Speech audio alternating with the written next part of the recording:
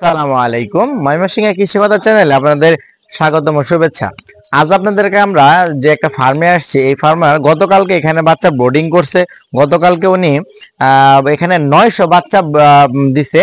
এখানে উনি যে অনেক সিনিয়র একজন এবং পুরাতন একজন খামারি, কিন্তু উনি যে গুরুত্বপূর্ণ ভুল করছে সেই বিষয়টা আপনাদের সামনে তুলে ধরবো। গুরুত্বপূর্ণ ভুলটা কি করছে আপনি দেখেন। 900 বাচ্চাতে উনি দুইটা বোর্ডার দিছে। দুইটা বোর্ডারে আমি আপনাদের যে লক্ষ্য করাই, একটু দূর থেকে যদি দেখেন, এই যে যেমন এটা এদিকে আসেন, দুইটা বোর্ডারে আমরা অন্যদেরকে ফলো করাই।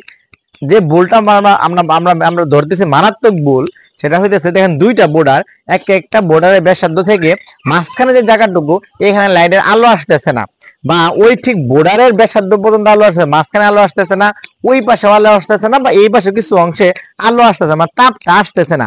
আর উনি যদি দুইটা বোর্ডার না কইরা উনি যদি একটা বোর্ডার করতো, একটা বোর্ডারের যদি যে আদর্শ যে মাপটুকু আছে, যে বাচ্চা একটা বোর্ডার কতটুকু দেওয়া যায়, যে আদর্শ যে মাপ আছে, এই আদর্শ মাপ অনুযায়ী যদি উনি এই 900 বাচ্চাকে দুইটা বোর্ডারে করতো, একটা একটা করে ভাগ ভাগ করে দুই ভাগে বোর্ডার করতো, তাহলে বাচ্চাগুলো খুব সুন্দরভাবে তাপ পাইতো এবং বাচ্চাগুলো আপনার যতটুকু টেম্পারেচার দরকার পরিপূর্ণ তাপ পাইতো।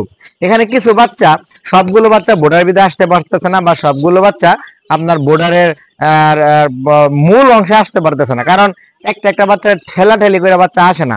এখন আমরা যারা সিনিয়র বা পুরাতন আছি, আমরা বলি সারা জীবন দুইটা দিয়েই তো একসাথে তো বোর্ডিং করি। ভাই, এই কথাটা গরমের ক্ষেত্রে প্রযোজ্য, কিন্তু শীতের ক্ষেত্রে এটা অবশ্যই অবশ্যই মারাত্মক ভুল।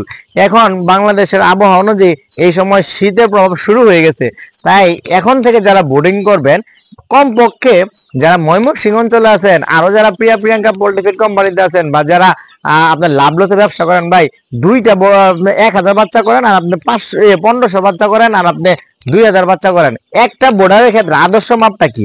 মাপ হইতেছে একটা বোর্ডারের ক্ষেত্রে আপনি গরমের ক্ষেত্রে 350, সর্বোচ্চ 380 বা 400 বাচ্চা দিবেন, এটা গরমে। আর শীতের ক্ষেত্রে, সরি, শীতে গরমে দিবেন 300 থেকে 350, আর গরমে দিবেন 350 থেকে 400, সর্বোচ্চ 400। শীতে 400-র বেশি আপনি বাচ্চা দিবেন না। আর আপনার যখন বোর্ডের যে ব্যাসার্ধটা হবে, যেমন উনি একটা বোর্ডার করছে, দুইটা বোর্ডার দিয়ে একটা বোর্ডিং করছে, আপনি একটা বোর্ডারের সাথে একটা ধারি দিয়ে গোল ব্যাসার্ধ করবেন বা বোর্ডিং করবেন। সেটাতে আপনার বোর্ডিং এর যে মাপটা দিবেন, আপনার বোর্ডারের যে মাঝখানের অংশ আছে, বা আপনি যেখান থেকে বিন্দু তৈরি করবেন, কেন্দ্র তৈরি করবেন, কেন্দ্র থেকে আপনার শীতে, বর্তমানে শীত শুরু হয়ে গেছে, এখন আপনার দূরত্বটা হবে আপনার 4 ফিট থেকে 4.5 ফিট। যেহেতু শীত শুরু হয়ে গেছে, আপনি আমাদের 4.5 ফিটে করবেন 400 বাচ্চার ক্ষেত্রে। আর 350 বাচ্চা দেন, তাহলে আপনি 4 ফিট করবেন।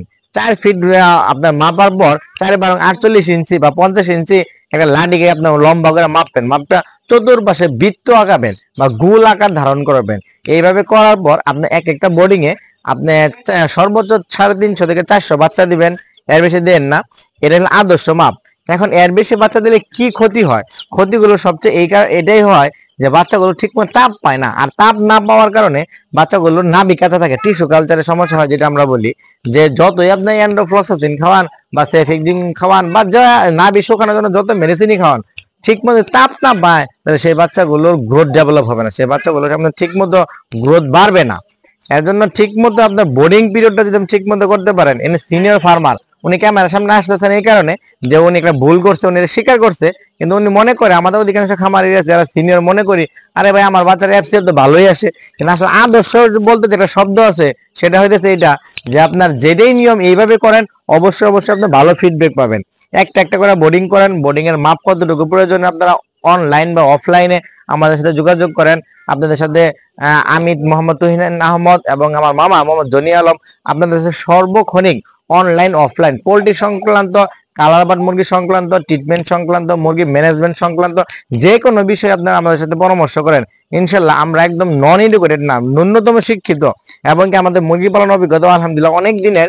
আপনারা আমাদের সাথে যোগাযোগ করেন, আপনাদের যে কোনো পরামর্শ আমাদেরকে জানতে চান বলেন, আপনাদেরকে আমরা সহায়তা করব। এই খামারে আমরা ভিজিট করতে এসে দেখি যেন বোর্ডিং এ ভুল করছে। তো আপনারা যারা ব্রয়লার মুরগি নতুন বোর্ডিং করবেন, একটা একটা করে বোর্ডারের সাথে আপনি একটা একটা করে বোর্ডিং করবেন, একসাথে বোর্ডিং করবেন না, এটা ভালো ফিডব্যাক পাবেন ইনশাল্লাহ।